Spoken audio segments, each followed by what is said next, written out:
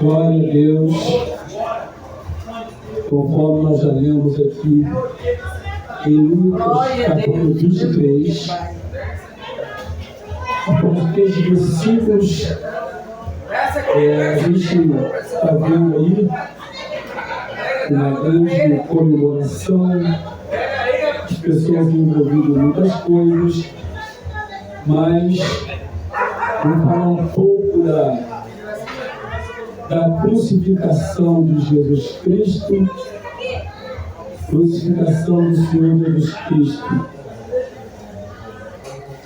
Se for levar ao pé da letra, foi exatamente pelo calendário judaico, na verdade foi no dia 2 de abril, pelo calendário judaico. Por lá foi uma quinta-feira, mas o importante não é a historicidade, o importante é o motivo que na verdade tudo isso aconteceu. E para a gente sempre ter em mente, sempre carregar conosco esse grande acontecimento. O povo estava tudo em trevas, não conhecia a luz. Antes da vinda de Jesus, não havia luz para o povo. Antes da vinda de Jesus, não havia luz. Todos, sem exceção, estavam em trevas. Todos, sem exceção, estavam em trevas. Aí raiou a luz. E segundo a Bíblia Sagrada, quando Jesus foi preso, zombado, levaram ao pretório, rasgaram suas vestes, fizeram de tudo ali, zombaram dele. Até os que faziam não tinham noção do que estavam fazendo. Até os que o maltratavam não sabiam, não tinham noção do que estavam fazendo. E hoje, pela palavra de Deus, a gente vai ver aqui algumas reações de Jesus Cristo aos feitos daqueles homens e daquelas pessoas. Passou-se muito tempo pregando, ensinando, aceito por um, rejeitado por outros. Mas ele continuou porque havia um grande propósito. O grande propósito era esclarecer para todos que estavam realmente em trevas. O fato de ter uma luz acesa não significa a luz de Cristo. Apenas ilumina o local para não ficar escuro. Mas as trevas aqui, quero falar das trevas espirituais, da escuridão por completo. E quando diz a Bíblia Sagrada, que diz aqui, Pai, perdoa-lhes porque não sabem o que fazem. Aqui podemos ver que um grande diferencial. Mas que grande diferencial é esse? Apesar de que, mesmo algum de nós, por algum motivo, alguma situação, ao sermos atacados, a gente perdoa, é apenas uma questão de educação. E é uma necessidade, verdadeiramente, de perdoar quem nos faz mal. Mas acontece uma coisa, é um pecador perdoar outro pecador por um ato cometido. Outra coisa é alguém sem pecado perdoar o pecador. Esse é que é o grande diferencial. E Jesus aqui, mesmo com toda a sua razão, com todo o seu direito. E quando ele, passando por essa situação, diz a Bíblia Sagrada que quando chegaram ao lugar chamado Caveira, ali o crucificaram, e aos malfeitores, um à direita e outro à esquerda. E ele ali, no meio de dois salteadores, de dois maus elementos, de dois malfeitores, estava ali. E ele no meio, como se fosse um daqueles ali. Mas a diferença é que quando as pessoas, na verdade, não via nenhuma diferença entre ele e os dois malfeitores, no momento exato, um dos malfeitores estava ali, reconheceu quando disse: Senhor, lembra-te de mim quando entrar no teu reino. Uma outra coisa importante é que um dos malfeitores começou a zombar e dizer: se tu és filho de Deus, salva a ti e a nós também. E começou a falar, começou a zombar. Mas o outro então disse: você nem ao menos teme a Deus. Estando nessa condição, nós pelo menos fizemos por merecer, mas esse não. Aí completa dizendo: Senhor, lembra-te de mim quando entrar no teu reino. E Jesus então responde para ele: hoje mesmo estarás comigo no paraíso. Naquele momento ali, havia algo tremendo que hoje é uma dificuldade em tirar das pessoas. Há uma dificuldade no reconhecimento dessa realidade. Mas o que aconteceu com aquela fala, daquele malfeitor que disse exatamente isso hoje mesmo? Você lembra-te de mim quando entrar no teu reino? O que aconteceu foi o que? Primeiro, o reconhecimento de Jesus Cristo como Salvador, o reconhecimento do erro, o reconhecimento do teu pecado. E aquele malfeitor então teve esse reconhecimento, enquanto o outro não teve esse reconhecimento.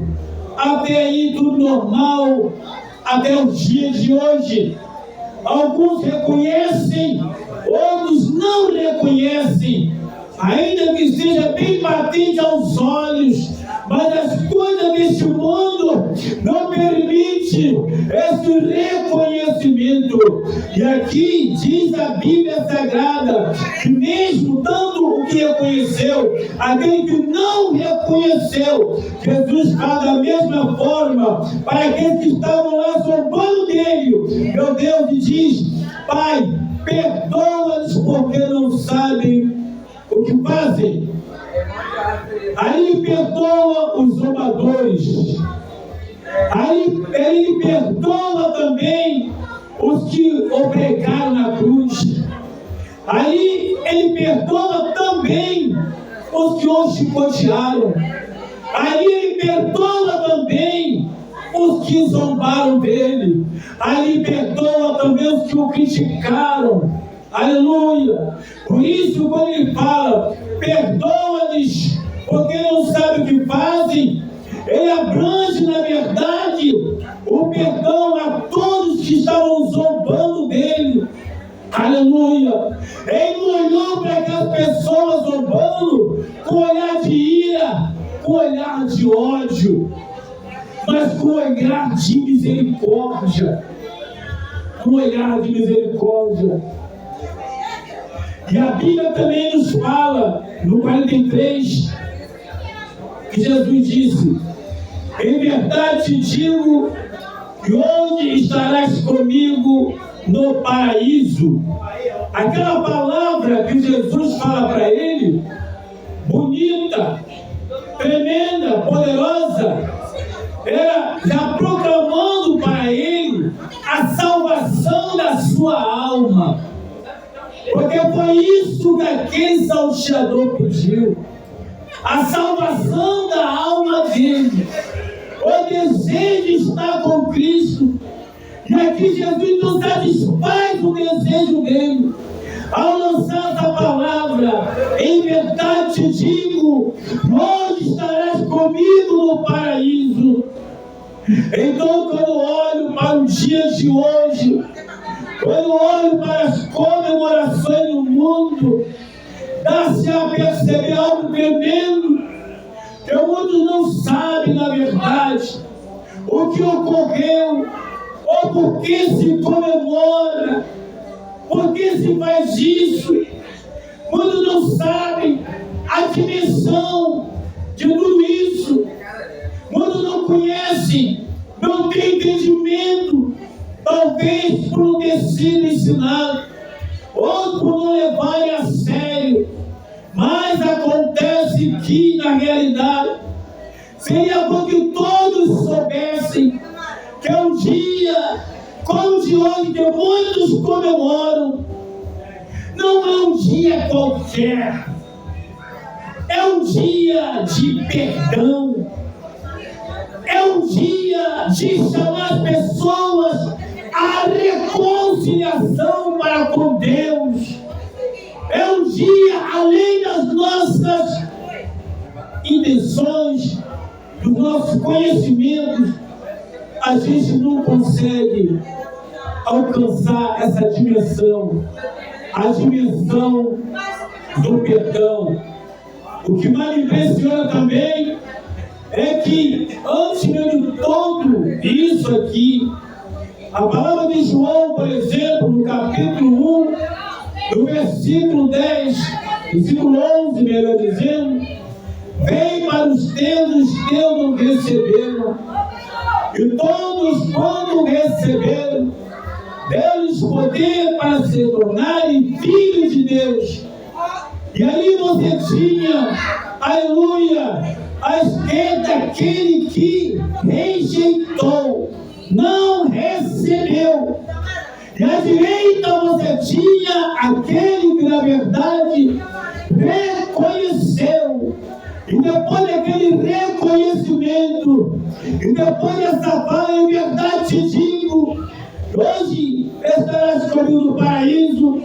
Esse conquistou, na verdade, através desta gloriosa palavra, o direito então de se tornar filho de Deus. Esse é o prazer do Senhor, porque Ele não quer que ninguém se perca. Aleluia!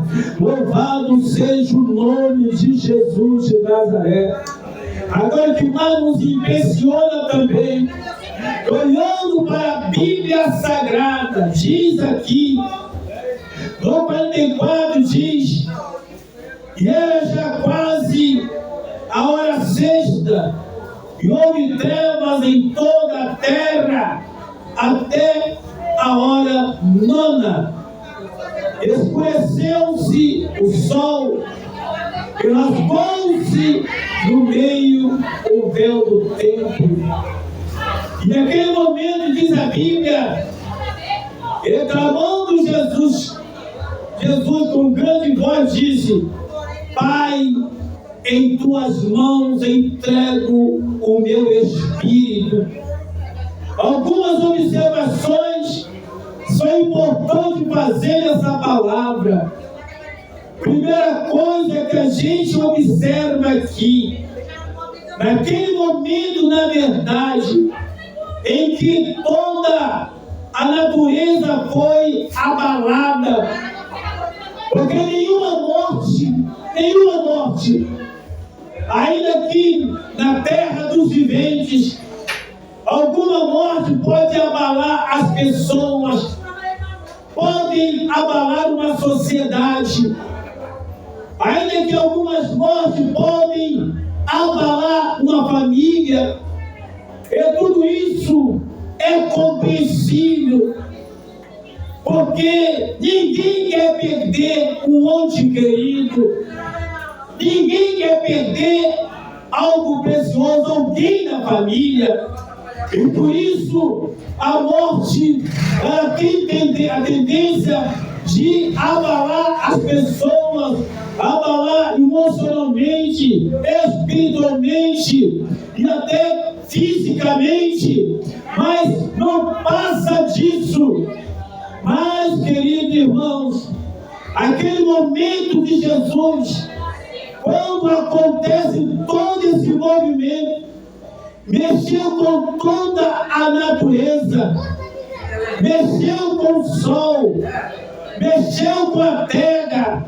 Diz a palavra de Deus bem claro. E havendo dito isso, expirou. E o santuário, vendo o que tinha, o centurião, vendo o que tinha acontecido, deu glórias a Deus, dizendo: na verdade, esse homem era justo. E toda a multidão que se ajuntava a este espetáculo, vendo o que havia acontecido, voltava batendo nos peitos. Ou seja, a morte de Jesus Cristo não só abalou aquele centurião, não só mexeu com aquele centurião, a morte dele não somente mexeu com seus discípulos e outras pessoas ali que estavam assistindo, pessoas, na verdade, que tinham temor a Deus, mas acontece aquela morte, mexeu também com toda a natureza, uma morte que mexeu com o sol, mexeu com a terra, mexeu com tudo que se imagine. A hora, não naquele momento, às 3 horas da tarde, escureceu.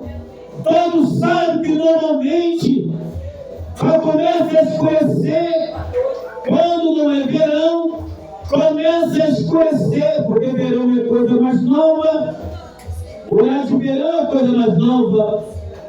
Mas todos sabem que em termos normais, por exemplo, no outono, no inverno, ou até mesmo na primavera, o momento de começar a escurecer é a partir das 17 horas, das 18 horas, ali começa às 17 horas, começa a escurecer.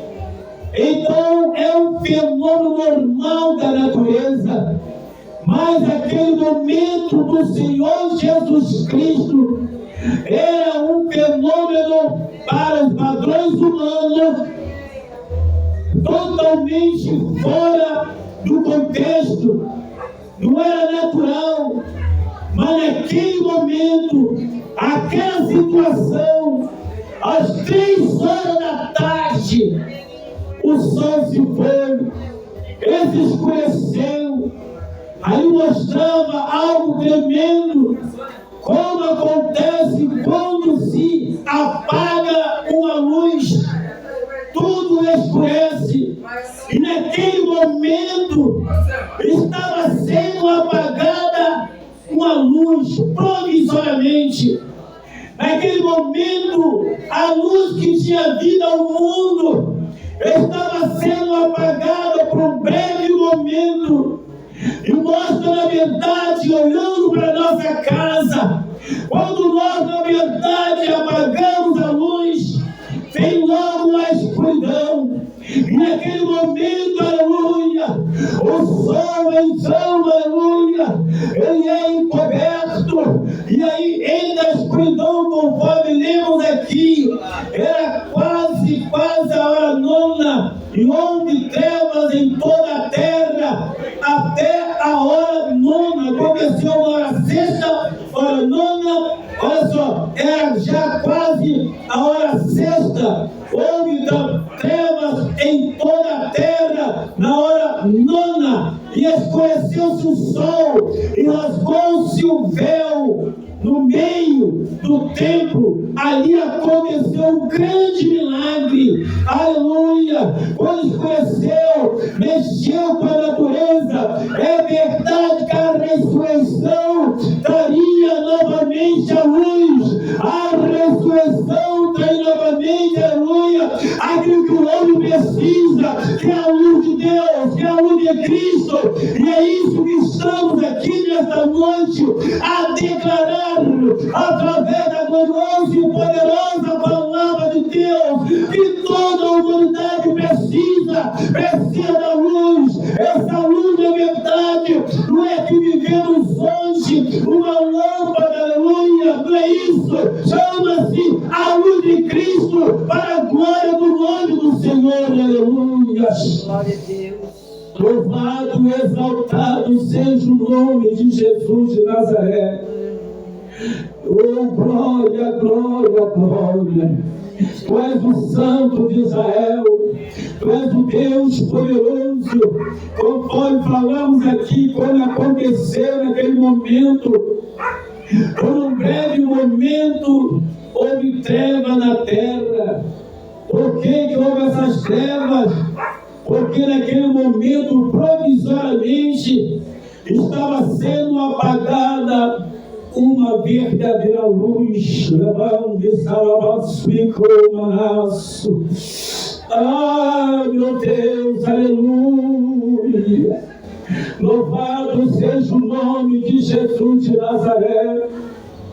Naquele momento ali todos perceberam. Naquele momento, aleluia, o centurião ficou naquela situação e percebeu. Quando ele disse, este verdadeiramente era filho de Deus. O povo batendo no peito, e aí treva pura, porque era o momento da verdade que estava provisoriamente sendo apagada a luz devido à morte de Jesus. Mas a ressurreição traria a luz de volta, aleluia.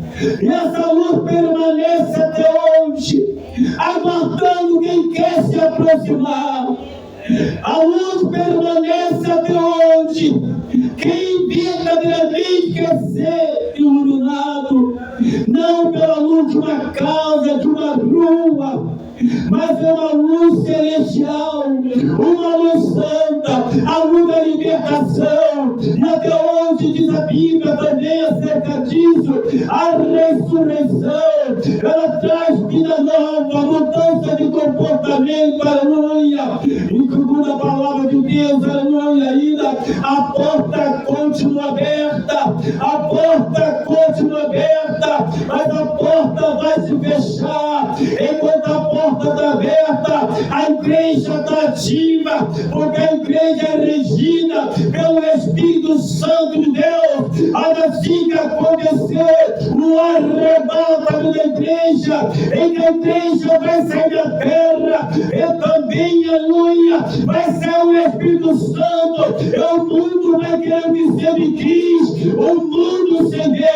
Jesus vai voltar, Jesus vai voltar, Jesus vai voltar. Oh, glória, louvado, exaltado e glorificado seja o nome do Senhor Jesus Cristo, que vive e reina para todo sempre.